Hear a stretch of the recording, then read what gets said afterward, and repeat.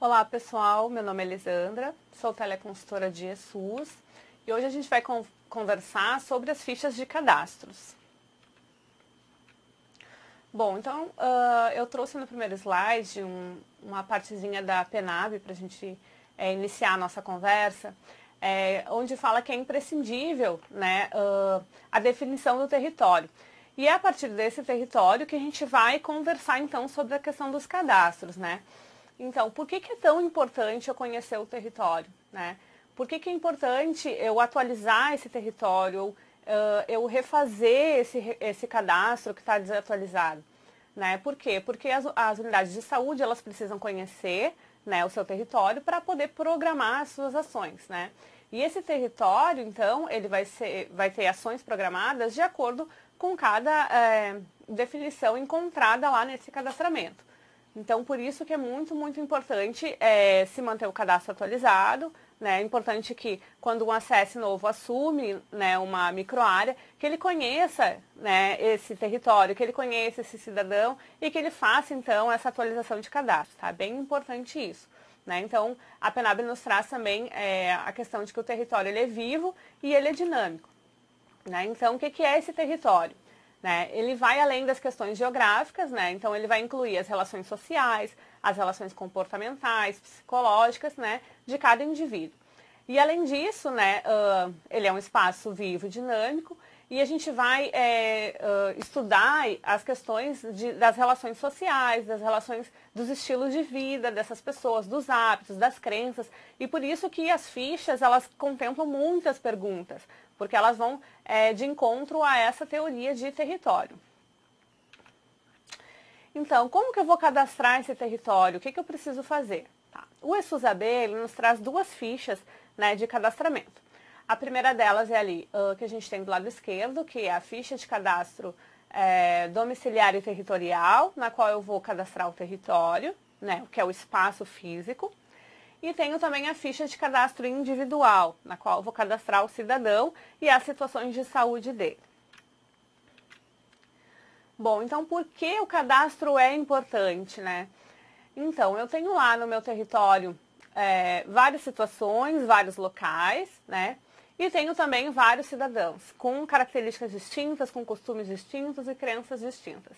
E aí eu tenho uma UBS que precisa atender todo mundo, entender todas as situações e programar ações, né, para realizar atendimentos e prevenção de saúde, enfim. Quem que vai fazer essa ligação toda? A gente tem o agente comunitário de saúde, que é um profissional extremamente importante nessa relação, e é ele que vai fazer a ligação entre a unidade de saúde e o cidadão. Tá? Por quê? Porque o agente comunitário de saúde, ele é um cidadão que está inserido naquele contexto e ele também é um profissional de saúde que está no mesmo contexto. Então, é ele que vai levar informações da unidade de saúde para dentro da casa do cidadão, né? Então, a partir do momento que o cidadão ele abre a sua casa, né, ele permite que aquele profissional entre lá e faça parte das relações, entenda, né, os costumes da família, entenda o processo todo familiar, ele vai trazer essas informações da família também para a unidade de saúde. Então, é esse profissional que vai fazer essa ligação. Então, é bem importante que o profissional, agente comunitário de saúde, ele fique atento a todas as situações de saúde, porque é ele que está dentro da comunidade. Então, a gente sempre fala que o agente comunitário de saúde, ele deve ter uma agendinha, um caderninho, alguma coisa que ele possa anotar as informações para ele não esquecer depois. Por exemplo, ele foi numa casa, fez os cadastros, fez a visita, né? Tudo certinho. Fez todos os registros de ESUS. Mas tem informações que ele não vai conseguir anotar nessas fichas, né? Por exemplo, ele foi numa casa e encontrou lá uma situação de violência doméstica, por exemplo. Então, para ele lembrar quem é a pessoa, o que a pessoa falou, relatou, enfim, é bom que ele tenha um caderno para anotar essas situações. Isso é bem interessante, tá? Que o agente comunitário que vai ter acesso, muitas vezes, né, a essas informações, ou primeiramente é o agente comunitário de saúde que vai ser lá o ouvinte, né, da comunidade. Então, é essa pessoa, o agente comunitário de saúde, que vai fazer, então, essa ligação entre o cidadão, entre a comunidade e a unidade de saúde, né? E o que a unidade de saúde vai fazer com todas essas informações? Né? A ideia é que a unidade de saúde entenda esse território, entenda as suas necessidades e programe as suas ações. Bom, então a gente tem lá a unidade de saúde, que ela vai ser composta pelo cidadão, pelo território, e logo abaixo eu trouxe para vocês uma fotinho que é do mapa, né, desse território. Esse mapa, ele é confeccionado na unidade de saúde, né, na qual a gente vai ter lá as casinhas, tem as bolinhas, e cada bolinha significa também um agravo de saúde. É uma maneira bem legal, bem fácil, né, da unidade se organizar com relação aos riscos, aos agravos e às doenças crônicas. Então é interessante que a unidade conheça esse cidadão, né, que está lá na minha comunidade, para que aconteça então essa questão de organização do processo de trabalho da equipe para ofertar serviços, né, para trabalhar com prevenção, com educação e saúde. Bom, então o que eu devo cadastrar primeiro? Né? Devo usar as fichas ou devo usar o tablet? Né? Quem deve digitar as fichas? São perguntas que a gente recebe com bastante frequência aqui no Telesaúde, e eu trouxe elas aqui para vocês, então, para a gente responder e tirar um pouquinho dessas dúvidas todas. Bom, então a primeira delas, devo usar fichas ou tablets? Bom, a escolha, ela sempre vai ser da gestão municipal, tá? Primeiro, por quê? Porque uma é folha de papel, a gente pode mandar uma gráfica, né, fazer em grande escala. E o tablet é um equipamento eletrônico que a gente vai precisar comprar, então aí requer licitação, todo um processo, né? Então, a gente começa com essa questão. Então, o que é importante? Eu vou utilizar um ou outro, né? Eu não posso ir numa casa, preencher fichinha de papel e também preencher o tablet, porque eu vou duplicar a informação. Então, ou eu vou usar a ficha ou eu vou usar o tablet, né? Ao usar a ficha CDS, após o registro do papel, após o preenchimento do papel, né, o profissional ele precisa se dirigir a uma unidade de saúde que tenha uma instalação de ESUS e precisa digitar essas informações para que elas sejam enviadas para o Ministério, certo? Ao utilizar o tablet, eu vou na casa do cidadão, eu preencho em tempo real as informações no tablet e depois eu preciso me deslocar a uma unidade de saúde para fazer a sincronização, para que as informações do tablet sejam enviadas para o Ministério, certo? Bom, então quais são as vantagens em utilizar os tablets? Primeira questão que a gente traz é a questão de eliminação das fichas, né? Então, no momento que eu começo a usar o tablet, né, eletrônico, eu não preciso mais ficar manuseando todos os dias as fichas de cadastro, porque as informações estão no tablet ao meu alcance. Eliminação do processo de auxiliar na digitação do cadastro. Então, tem unidades de saúde que tem poucos computadores, os profissionais precisam fazer um revezamento, muitas vezes tem uma pessoa que acaba digitando mais rápido e ela digita para auxiliar alguns colegas. Então, essa questão toda de digitação, ela é toda eliminada quando a gente usa tablet, porque o próprio profissional, em tempo real, na sua visita, ele já digita as informações. Outro ponto importante é a redução do armazenamento das fichas de papel dentro da UBS. Então, a partir do momento que eu consigo digitar todas as informações de visitas e de cadastros no tablet, eu vou diminuir a questão do armazenamento de papel. Vou começar a não armazenar tanto papel. O que eu vou ter de papel armazenado são as coisas que eu já fiz anteriormente, né, à utilização do tablet. Aumento da velocidade de compartilhamento de informações. Então, a partir do momento que eu cheguei na unidade e coloquei para sincronizar, as informações já vão para o sistema. Então, eu não preciso, né, despender um tempo para digitar, esperar meia-noite, enviar os dados, enfim, todo esse processo que ele se torna um pouco mais lento, né? E redução no tempo de cadastramento e atualização dos cadastros, né? Então, como a gente já falou anteriormente, está na casa do paciente, já faz tudo em tempo real. O que eu devo cadastrar primeiro? Bom, no tablet a gente vai ter um processo que ele precisa ser respeitado para que aconteça o cadastramento de forma correta. Ali do ladinho direito, a gente tem um desenho que é o ciclo que a gente precisa cumprir para que aconteça o cadastramento, tá? E aí eu trouxe escrito para vocês. Então, o agente comunitário de saúde sai da unidade de saúde e vai na casa do paciente realizar uma visita, né? Lá nessa visita, então, ele vai fazer, primeira coisa, o cadastro do domicílio. Depois de cadastrar o domicílio, ele vai colocar uma família lá dentro. como que eu coloco uma família lá dentro? Eu preciso identificar um responsável familiar, né? A partir dessa identificação de família, a gente cadastra os cidadãos que são dessa família, tá? Então, ele tem esse ciclo. Uma vez feito esse ciclo, né, nas próximas visitas, quando eu for realizar somente uma visita, eu consigo localizar o endereço, né, a família dentro do endereço e os cidadãos. E aí, realizar as visitas necessárias. Já nas fichas CDS, a gente não tem uma ordem de preenchimento. Eu posso a qualquer momento pegar uma ficha lá da minha pastinha e preencher uma ficha de cadastro domiciliar, posso preencher a do individual, né, do cadastramento do indivíduo, ou eu posso fazer o contrário, primeiro cadastro o indivíduo, depois cadastro o domicílio dele. Tanto faz. E no momento da digitação, também, tanto faz. Eu posso digitar um primeiro ou o outro, tá? Não existe uma ordem, né? O profissional fica livre, então, para organizar o seu processo de trabalho. Quem deverá digitar as fichas, né? Essa é uma pergunta também bem recorrente.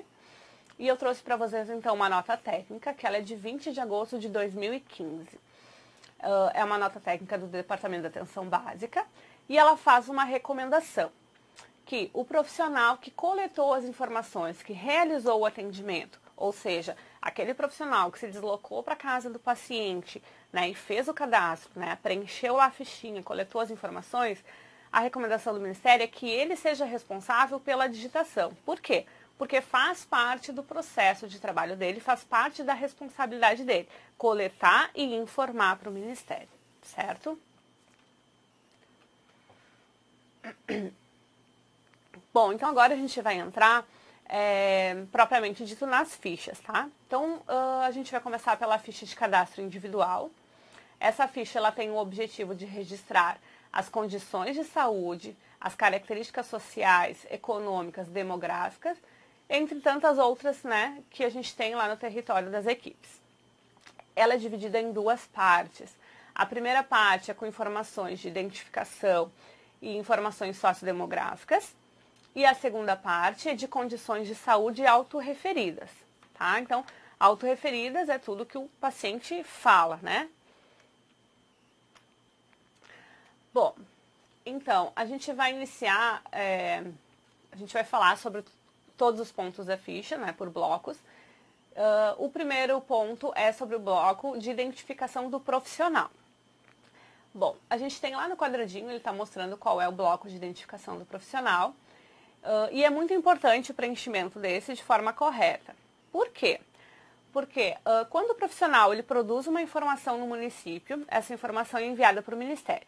Lá no Ministério, todas as informações elas vão passar por um processo de validação. Então, esse profissional X, que está produzindo na unidade X, ele precisa estar lá no CNES lotado nessa unidade X, com esse cartãozinho SUS, que ele informou, com esse CNS, com esse INE de equipe. Então, essas informações, elas precisam bater. Por isso que é muito importante o preenchimento dessa informação. Bom, então, o profissional vai preencher com o CNS dele, né, de profissional lá em cima, do ladinho o CBO, o CNES e o INE, né?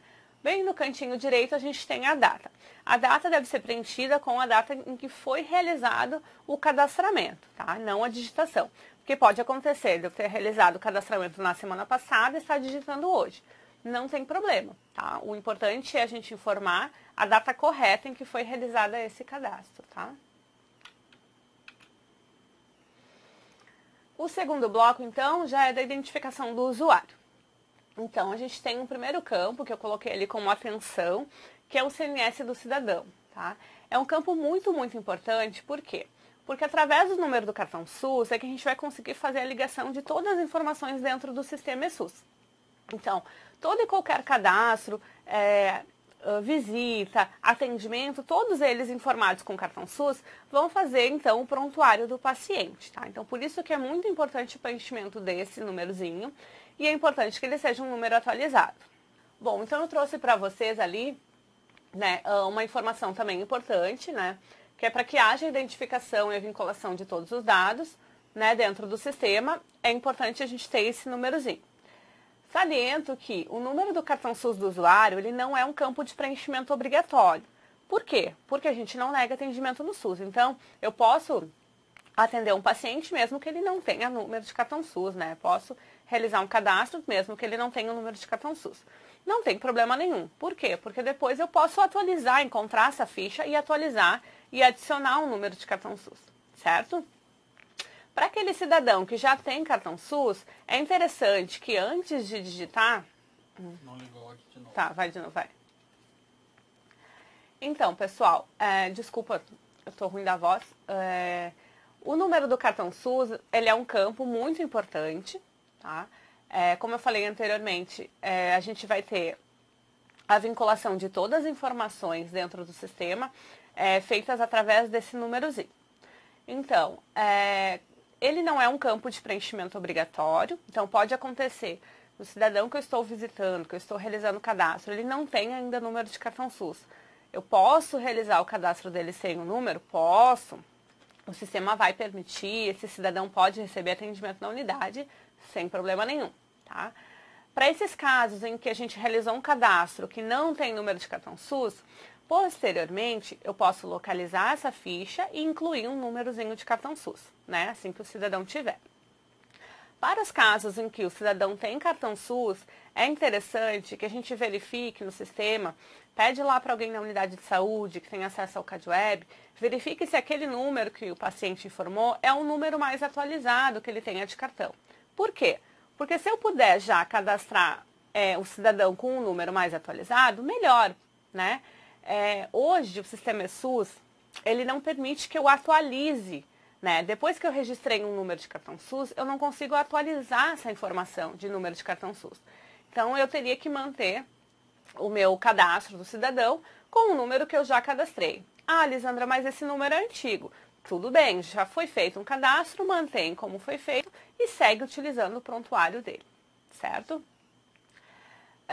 Depois a gente tem um campo que é também muito importante, que é o do responsável familiar. Então, uma pergunta primeiro, né? Ele pergunta se o cidadão é o responsável familiar, você responde sim ou não. No caso de responder que não, o sistema abre o campo do lado que diz CNS do responsável familiar. E aí eu preciso informar quem é o responsável familiar por essa pessoa, tá? Esse campo, ele é muito importante porque é o campo que vai fazer o vínculo com uma família e posteriormente com um domicílio. Tá? Então, é bem importante o preenchimento desse campo, né? Se a pessoa é responsável familiar sim ou não, quando ela não é, informar então quem é o responsável por esse cidadão. Logo depois, então, a gente tem também o campo sexo e data de nascimento. Gente, é bem importante o campo sexo. A gente precisa ter atenção ao preenchimento dele. Por quê? No momento que eu preencho lá, por exemplo, que o paciente é de sexo masculino e na verdade ele é de sexo feminino, é um paciente que vai para um atendimento, aí o profissional vai tentar, por exemplo, lançar uma coleta de CP. Ele não consegue. Por quê? Porque a coleta de CP é um procedimento que não pode ser lançado por uma pessoa do sexo masculino, certo? Então é bem importante a atenção no preenchimento desse campo. O mesmo serve para a data de nascimento, porque a gente tem alguns atendimentos que são lá realizados nos primeiros dias de vida, né? Tem atendimentos que são realizados para paciente gestante, a gente precisa da data de nascimento dela correta e assim por diante, para todos, né, usuários. Então é bem importante a atenção no preenchimento desses campos. Ainda no bloco de identificação do usuário e cidadão, eu trago para vocês em azul, né, bem grande, para a gente conversar um pouquinho sobre a questão do nome social, tá? O nome social, como vocês podem ver, a gente tem diversas, a gente tem lá Carta dos Direitos Humanos, tem decreto, né, tem a Política Nacional, né, de Saúde Integral das lésbicas, gays, bissexuais, travestis e transexuais. Então a gente tem diversas políticas, diversos documentos aí que vão nos nortear nesse sentido, tá? Então, quando que eu vou utilizar um nome social? Quando eu encontrar uma dessas situações, tá? Por que eu estou frisando isso? Porque a gente já recebeu algumas teleconsultorias de municípios que estão utilizando o nome social para colocar um apelido, ou para colocar um número, ou até mesmo para colocar alguma questão, uma situação de doença. Então, isso não pode, tá? Então, a gente frisa e deixa aqui para vocês que um nome social, uma identificação, né, pelo nome e sobrenome civil, devendo, né, existir em todo documento do usuário. Então, é uma questão que é de direito desse cidadão, certo? E bem importante também, quando a gente utiliza o campo nome social, esse nome social ele vai aparecer primeiro, lá no prontuário eletrônico, e entre parênteses vai aparecer o outro nome que vocês registraram no campo nome, certo? O bloco, então, de informações sociodemográficas, né? Então, eu trago lá uma atenção, relação de parentesco com o responsável familiar. Então, quando eu preencho que aquela pessoa que eu estou cadastrando, ela é o responsável familiar, então não tem grau de parentesco, ela é o responsável familiar, ponto final, não preencho aquele campo ali do bloco. Quando ela não é o responsável familiar, eu preciso indicar quem é essa pessoa que é o responsável. E aí eu uso esse bloco para essa identificação. Então, pode ser o pai, pode ser o sogro, o filho e assim por diante, tá? E o campo ocupação, que é um campo que está um pouquinho à direita, ele é um campo que a gente vai preencher de acordo com o CBO, que é a Classificação Brasileira de Ocupações. Então, eu só vou conseguir colocar uma ocupação para aquele cidadão de acordo com essa tabela aí do CBO. Tá? Então, a gente frisa bastante, eu coloquei ali embaixo para vocês terem também essa informação com vocês. Desculpa.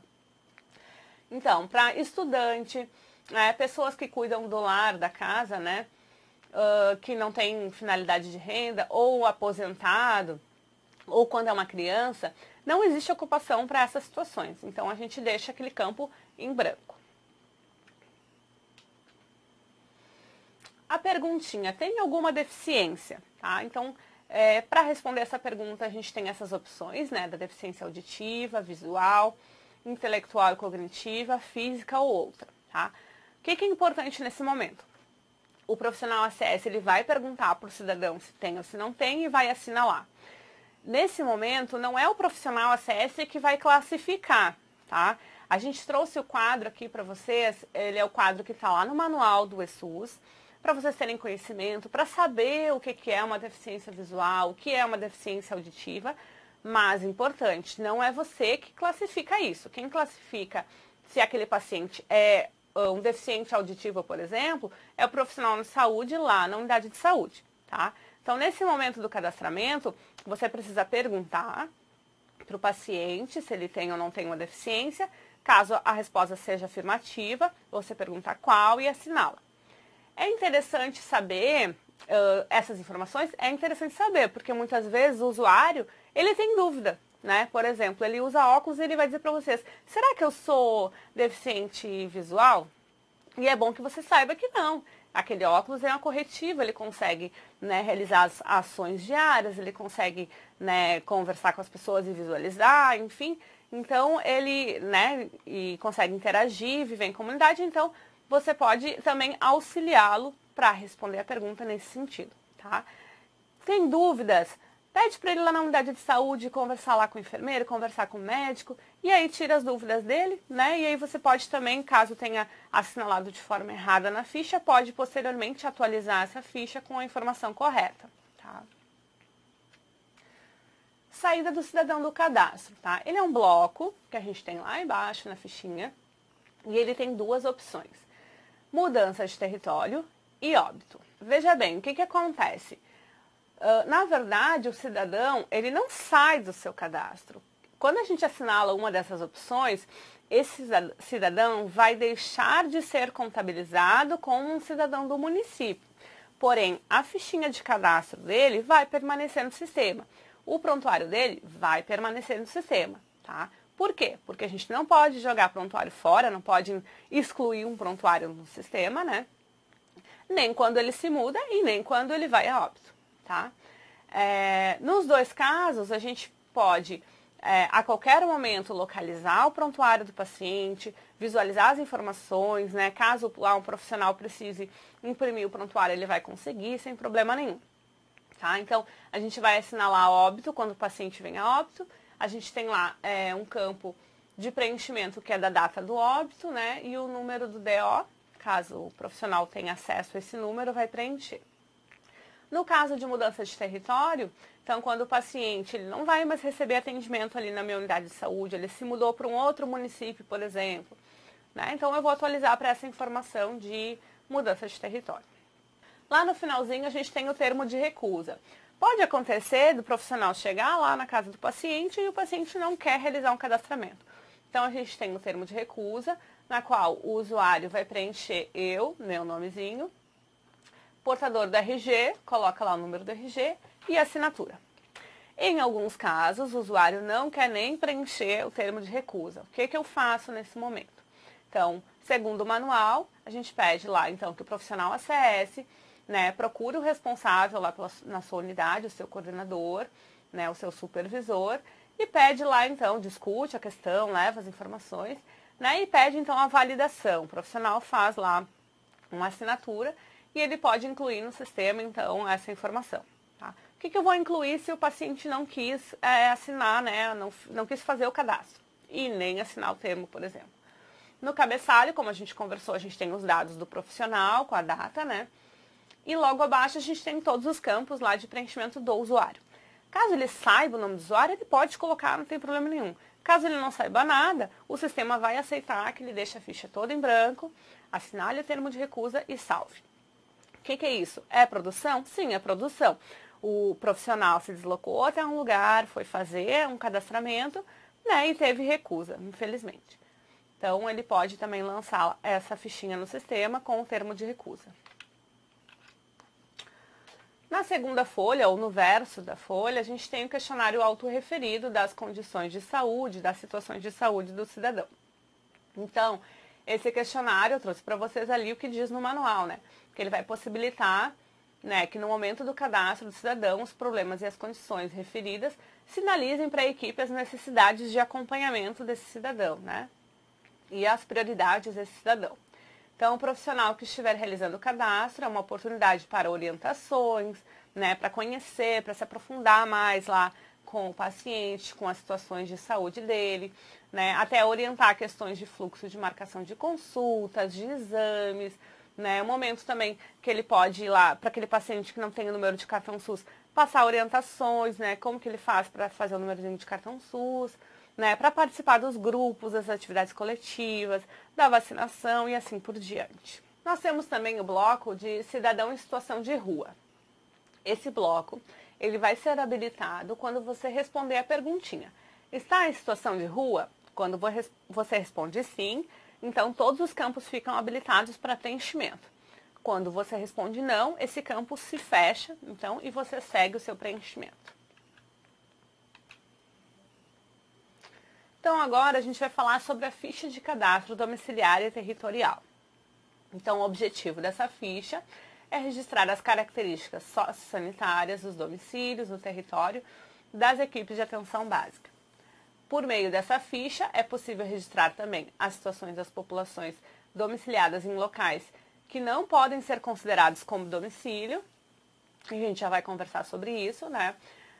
Das pessoas em situação de rua, também, que é bem importante o preenchimento dessas informações, e porque elas devem ser monitoradas, né, também pela equipe de saúde. Então, vamos lá. A gente tem um bloco que se chama endereço e local de permanência, tá?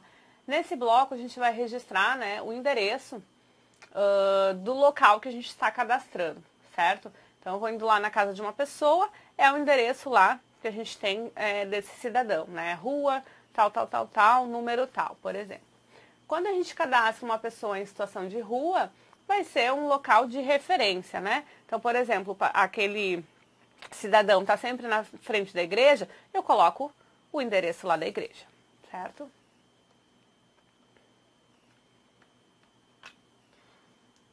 Tipo de imóvel. Então, como a gente tem na nossa ficha cadastro domiciliar e territorial, a gente pode cadastrar, além dos domicílios, diversas outras situações que eu tenho no meu território. E aí a ficha nos traz várias opções, como vocês podem ver.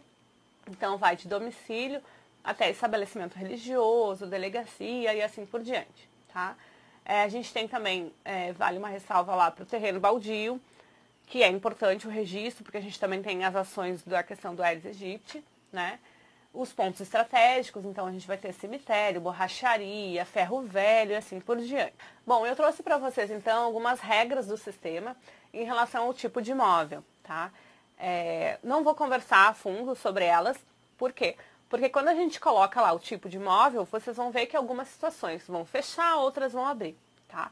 No geral, a gente vai acabar utilizando mais a opção domicílio, né? Para cadastrar os domicílios, e aí todos os campos eles ficam habilitados, né? Para as outras situações, alguns campos vão se fechar, tá? Como exemplo aqui, quando a gente coloca lá uma instituição de longa permanência, né? A gente não vai precisar colocar situações de moradia, número de cômodos, né? Depois ali a gente tem também o tipo de acesso ao domicílio, essas questões todas elas vão ser fechadas, tá? Então fica aqui para os municípios como orientação. Condições de moradia. Então, esse bloco, ele é composto pelos campos que mapeiam as condições, né, sociossanitárias do domicílio. E podem ser registradas informações sobre a situação de moradia, localização, além de outras características, tá? Eu gostaria de frisar com vocês duas questões bem importantes e que causam bastante dúvidas, que é a questão da água. A gente tem dois campos relacionados à água. Um é sobre o abastecimento de água e outro é sobre o consumo dessa água no domicílio. Vamos lá. O abastecimento de água é como que a água chega no meu domicílio.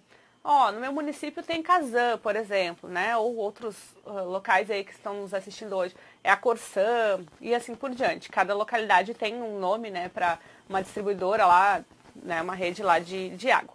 Então, se no meu município tem água encanada, ela chega para a estação, eu vou assinalar lá que a gente tem rede encanada até o domicílio. Não tenho, Lisandra, isso. Então, pode ser que seja um carro-pipa, né? Pode ser que seja um poço e assim por diante. Então, eu preciso assinalar uma dessas opções. O outro campo relacionado à água é sobre o consumo. Então, depois que a água já chegou no meu domicílio, né? De que forma eu consumo essa água? Então, por exemplo, eu abro a torneira, pego a água e fervo ela.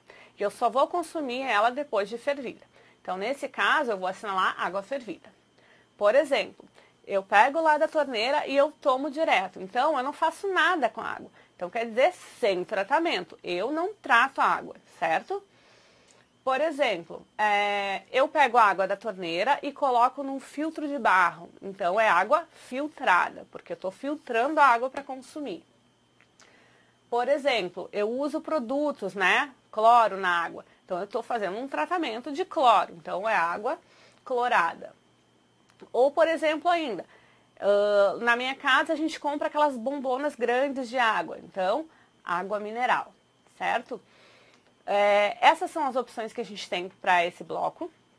E uma pergunta bem frequente é: Lisandra, na minha casa a gente recebe água encanada, ela é tratada, eu pego ela da torneira e tomo. Isso é água tratada? Não, não é água tratada, porque o bloco de consumo de água é o que a família faz com a água para consumir. Então, se a família só tira da torneira e toma, a família não está tratando a água. Então, ela é sem tratamento, certo? Animais no domicílio. Esse campo aqui a gente vai responder sim ou não se tem animais. E a gente tem algumas opções para assinalar e um número de preenchimento lá de quantidade de animais. Vale ressaltar que aqueles animais que são de criação, que tem um comércio envolvido, por exemplo, eu tenho um cercado com galinhas, eu crio galinhas, mas eu vendo as galinhas, ou eu vendo os ovos, né? Então, se tiver esse tipo de comércio envolvido, a gente não contabiliza esses animais. Caso não tenha, por exemplo, eu tenho 2 galinhas e a minha família consome os ovos daquela galinha, aí eu devo contabilizar esses animais, tá? Identificação das famílias ou dos núcleos familiares. Então, é nesse momento que o profissional ele deve conversar com aquelas pessoas, né, daquele domicílio e verificar como que eles se identificam, como eles se organizam dentro daquela casa. Se eles se organizam como uma família, como 2 famílias dentro da mesma casa ou como mais famílias dentro de uma mesma casa. Então, de acordo com a classificação que eles definirem para você, é que você precisa identificar na ficha. Então, é importante verificar se eles se consideram um núcleo familiar apenas, quem é o responsável familiar né, desse núcleo. Então, a gente vai botar o cartão SUS desse responsável, identificar um número de pessoas e assim por diante. Se eles se consideram 2 núcleos familiares, então eu vou colocar os 2 núcleos familiares identificados ali com o cartão SUS de responsável dos 2 núcleos familiares, tá? Instituição de permanência. Bom, então a gente vai responder com as informações, né, de escola, creche, abrigos e assim por diante, tá? E eu trouxe para vocês aqui algumas informações bem importantes, que é em relação à atualização de cadastros, né? É muito importante a gente manter os cadastros atualizados, né? Principalmente telefone, e-mail, responsável familiar, porque essas são as informações que mais vão mudar. Claro que tem tantas outras informações que podem mudar, mas essas informações eu friso com vocês, porque a gente tem lá, para utilizar o Meu DigiSUS, que é o aplicativo, esse cidadão precisa estar cadastrado na unidade, tem que ter celular cadastrado, tem que ter e-mail cadastrado. Para o cidadão ter um vínculo com uma família, com um domicílio, ele precisa ter o responsável familiar cadastrado. Então, eu trago para vocês como um alerta, né, que a gente deve sempre manter os cadastros atualizados. E uma pergunta, né, bem recorrente, né, que fichas atualizar quando o cidadão se muda? Então, eu tenho que atualizar 2 fichas, o cadastro individual e o cadastro domiciliar e territorial. Ficha de cadastro individual, então, com a nova microárea, então se o ACS sabe que ele saiu da microárea 1 e foi para 2, é simples, é só atualizar o campo microárea, certo?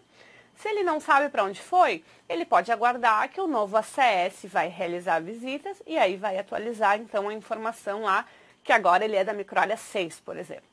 Ficha de cadastro individual, então para os casos em que o paciente mudou de território mesmo. Então, trouxe até para vocês ali, ó, as pessoas estão levando a casinha para um outro estado. Então, nesse caso, o cidadão não vai mais receber atendimento na unidade. Então, eu vou assinalar que ele fez mudança de território e lá na microárea eu vou colocar que ele está fora de área, né?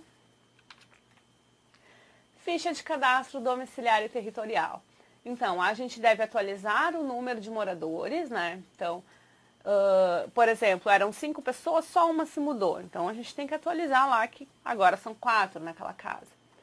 Quando é todo o núcleo familiar que se muda, então eu tenho lá embaixo a identificação do núcleo familiar e eu posso atualizar, né? Mudou-se para aquele núcleo familiar.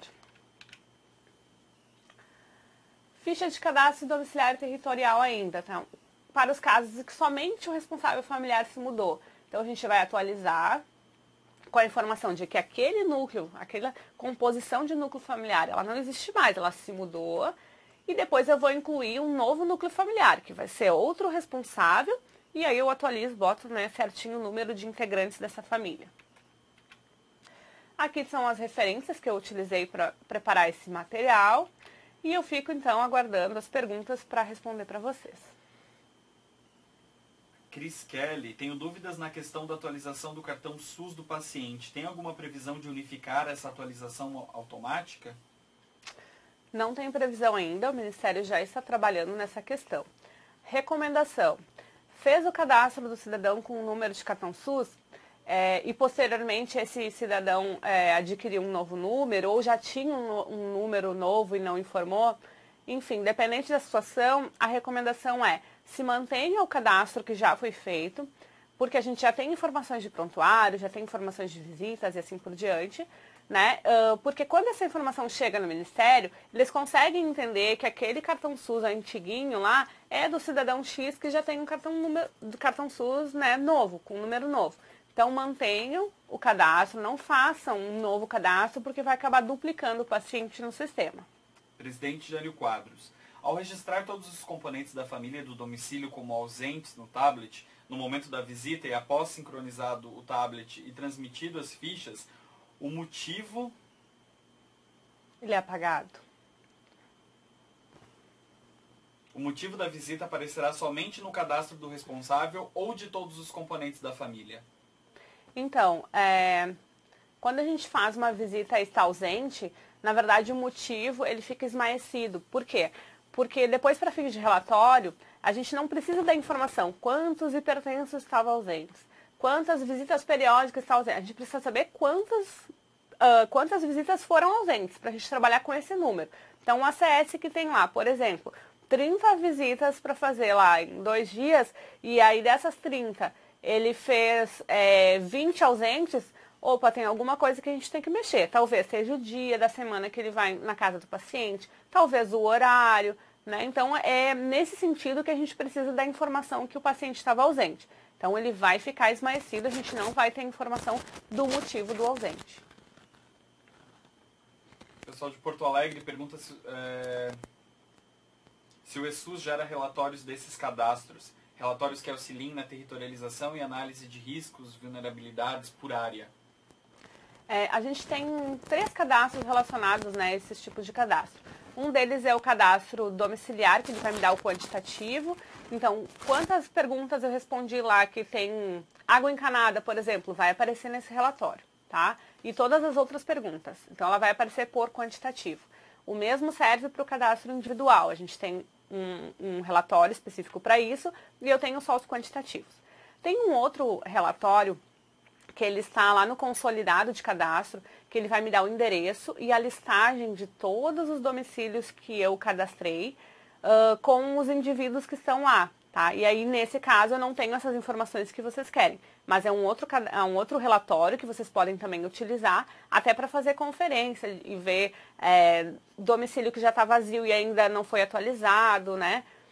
O domicílio que já tem gente morando e está vazio ainda, então vocês conseguem visualizar também por esse relatório. Catanduvas pergunta como faz para excluir domicílios que estão duplicados no meu cadastro. Infelizmente, a gente não tem essa ferramenta de exclusão de domicílios, tá?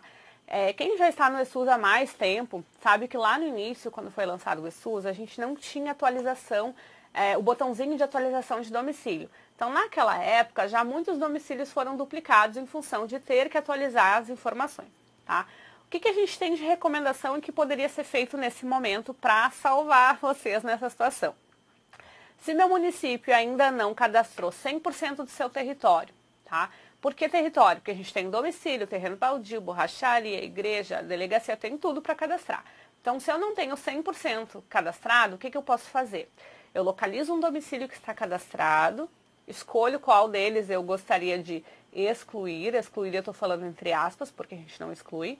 Então, eu localizo ele, clico em editar, né, em atualizar, aí a fichinha vai abrir. O que você pode fazer? Você apaga os campos, né, com o cursor lá no teclado do computador, e aí você subscreve, coloca lá aquele domicílio, aquela situação no território que você não cadastrou ainda e salva. Então, você consegue substituir uma ficha pela outra, tá?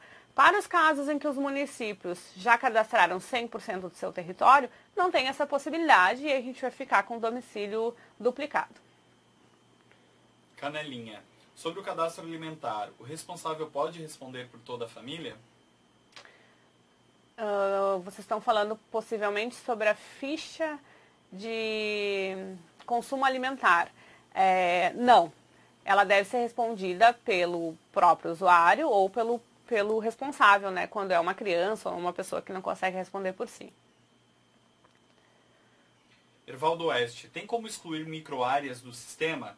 Temos a CS que estão cadastradas em 2 microáreas, né? Sendo que uma existe e outra apareceu após a migração dos dados de um sistema pago.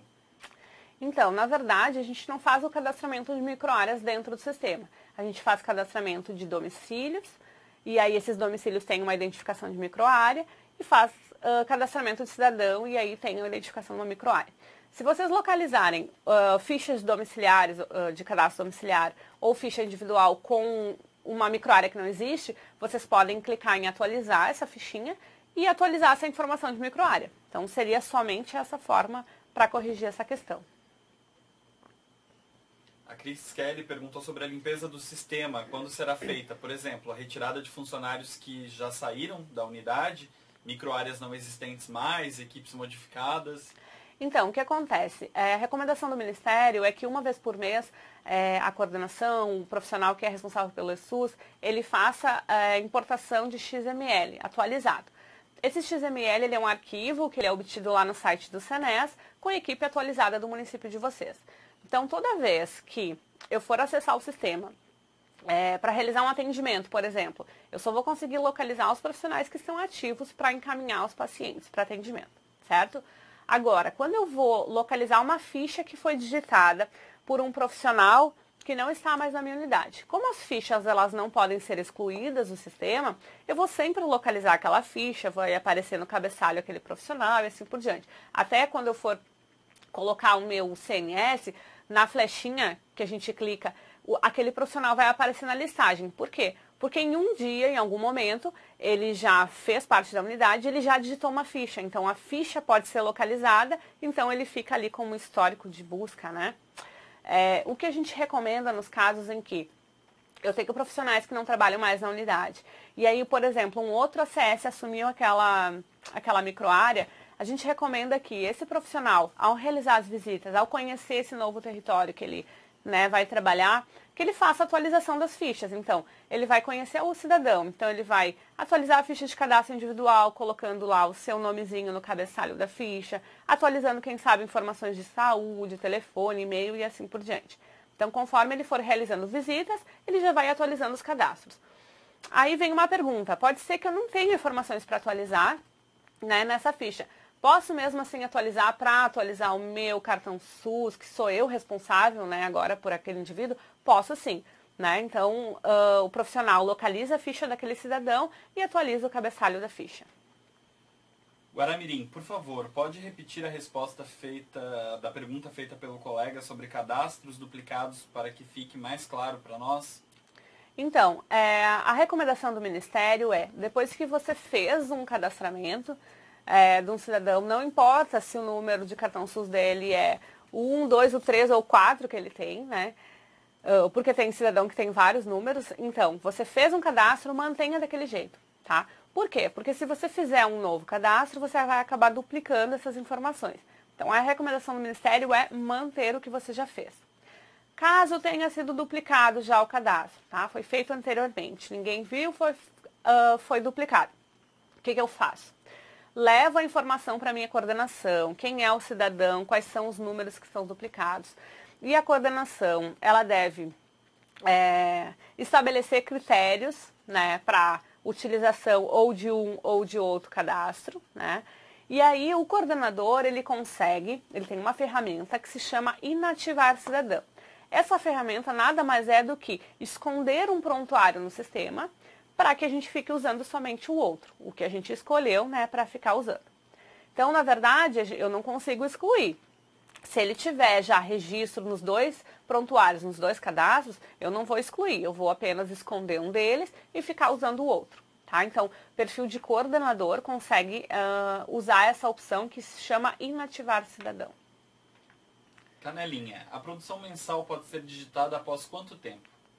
O recomendável é que se faça, se produza e logo em seguida digite. Por quê? Porque a gente tem um prazo para enviar. Então, a competência ela vai começar no primeiro dia do mês e terminar no último dia do mês. E eu posso, até o 10º dia útil do próximo mês, enviar esses dados. Então, se eu conseguir dentro desse prazo enviar os dados, eu tenho a produção computada para aquele mês. Tá? Então, vai ao nível local aí organizar a questão do processo aí da digitação. Guaramirim. Sobre as visitas das famílias, devemos lançar para todos os membros da família ou lançar a visita apenas do membro responsável? Então, a gente vai ter uma web específica sobre as visitas, tá? É um assunto um pouco mais complexo, mas eu vou tentar resumir aqui. Toda vez que a gente vai fazer uma visita, eu vou fazer uma pergunta para você. O que você vai fazer nessa casa? Você precisa ter um planejamento, Então, se você vai com o objetivo de realizar uma visita para cidadãos saudáveis, você tem uma chamada visita periódica. A visita periódica ela tem uma característica de ser só para indivíduos saudáveis e o registro dela é só com o cartão SUS do responsável. Então, se nesse exemplo que você me deu, são todos indivíduos saudáveis, a resposta é somente o cartão SUS do responsável. Se o exemplo que você me deu, você tem lá 5 pessoas, uma é saudável e as outras 4 recebem algum tipo de acompanhamento específico, a minha resposta é, digite os 4 acompanhamentos específicos, cada um com o seu cartão SUS, e a 5ª pessoa, que é o indivíduo saudável, ela recebe a visita periódica, e aí ela é assinalada como visita periódica e o cartão SUS do responsável, independente de quem seja. Catanduvas, eu preciso colocar em mudança de território primeiro no meu cadastro para que outra pessoa possa cadastrar ou pode ser feito direto sem colocar essa opção? Vamos lá. O mudança de território eu vou utilizar somente quando o cidadão ele sai do meu município e ele não vai mais receber atendimento ali. Por que eu digo isso? Porque cada município tem uma instalação local de SUS. Então, se eu sair de São José e for para Florianópolis, São José tem uma instalação, Florianópolis tem outra. Então, eu preciso colocar a mudança de território e lá no outro município vai ser feito um novo cadastramento, tá? Agora, se eu tenho um município que tem 5 unidades, ele saiu da unidade 1 e vai receber atendimento na unidade 5. Se eu tenho uma instalação só de SUS para todo o município, não faz sentido eu colocar a mudança de território, porque ele vai continuar sendo atendido na mesma instalação de SUS.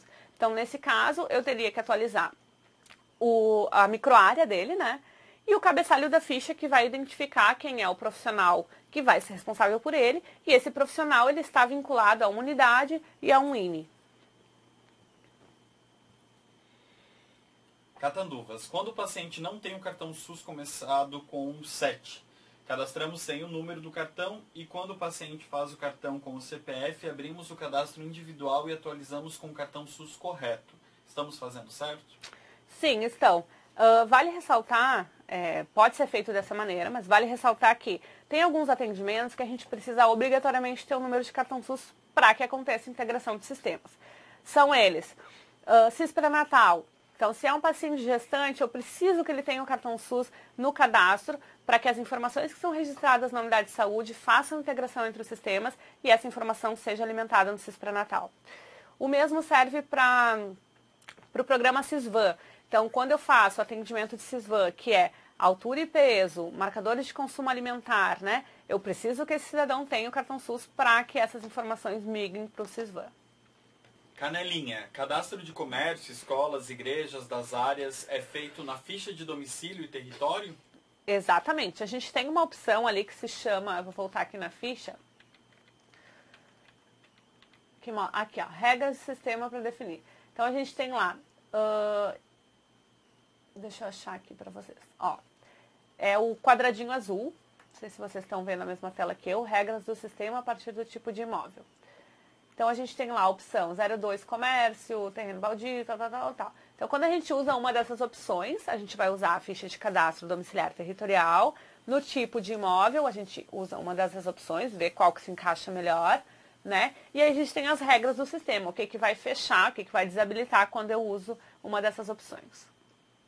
Catanduvas, em relação à pergunta da colega de Catanduvas, né, da outra unidade, referente à mudança de território. O individual colocamos como mudança, mesmo que se mude dentro do município, senão o cadastro vai para as inconsistências. Então, quando é no mesmo município, a gente recomenda que não use mudança de território. Você só atualiza a microárea desse cidadão, tá? Então, essa é a recomendação. Aí Catanduvas aqui comentou, que colocou aqui no cadastro domiciliar também colocamos mudança, senão a casa some do meu cadastro e vai para outra microárea. Seria muito interessante ter uma web sobre inconsistências. Certo. O que acontece na verdade, a casa ela permanece no território, né? O que vai mudar é o núcleo familiar. Então, a gente tem que ter atenção, manter o domicílio ele intacto, né? E atualizar o campo de núcleos familiares. Assim que forem acontecendo as mudanças, pode acontecer de um domicílio ficar vazio, ficou para alugar, por exemplo, fica vazio, é assim mesmo, você atualiza que aquela família saiu. E quando tiver uma família, você vai atualizar, né, o núcleo familiar e as outras informações ali, de água, né, de animais no domicílio e assim por diante. Gostaria de agradecer, né, a participação de todos, as perguntas principalmente. A gente julgou importante realizar uma web palestra sobre cadastramento no início do ano, porque a gente sabe que tem muitos municípios que se reorganizam no início do ano, às vezes fazem reorganização das microáreas ou muda o profissional, enfim. Claro que a gente tem um tempo limitado, a gente não consegue entrar a fundo, né, em todas as questões, então eu fico disponível para responder por teleconsultoria. É legal que vocês escrevam lá nas teleconsultorias e coloquem bem descrição, sabe, do caso que vocês estão passando, como que é, qual é o login, enfim, para que a gente possa pensar e auxiliar de uma melhor forma o problema de vocês. Então, fico à disposição e muito obrigada.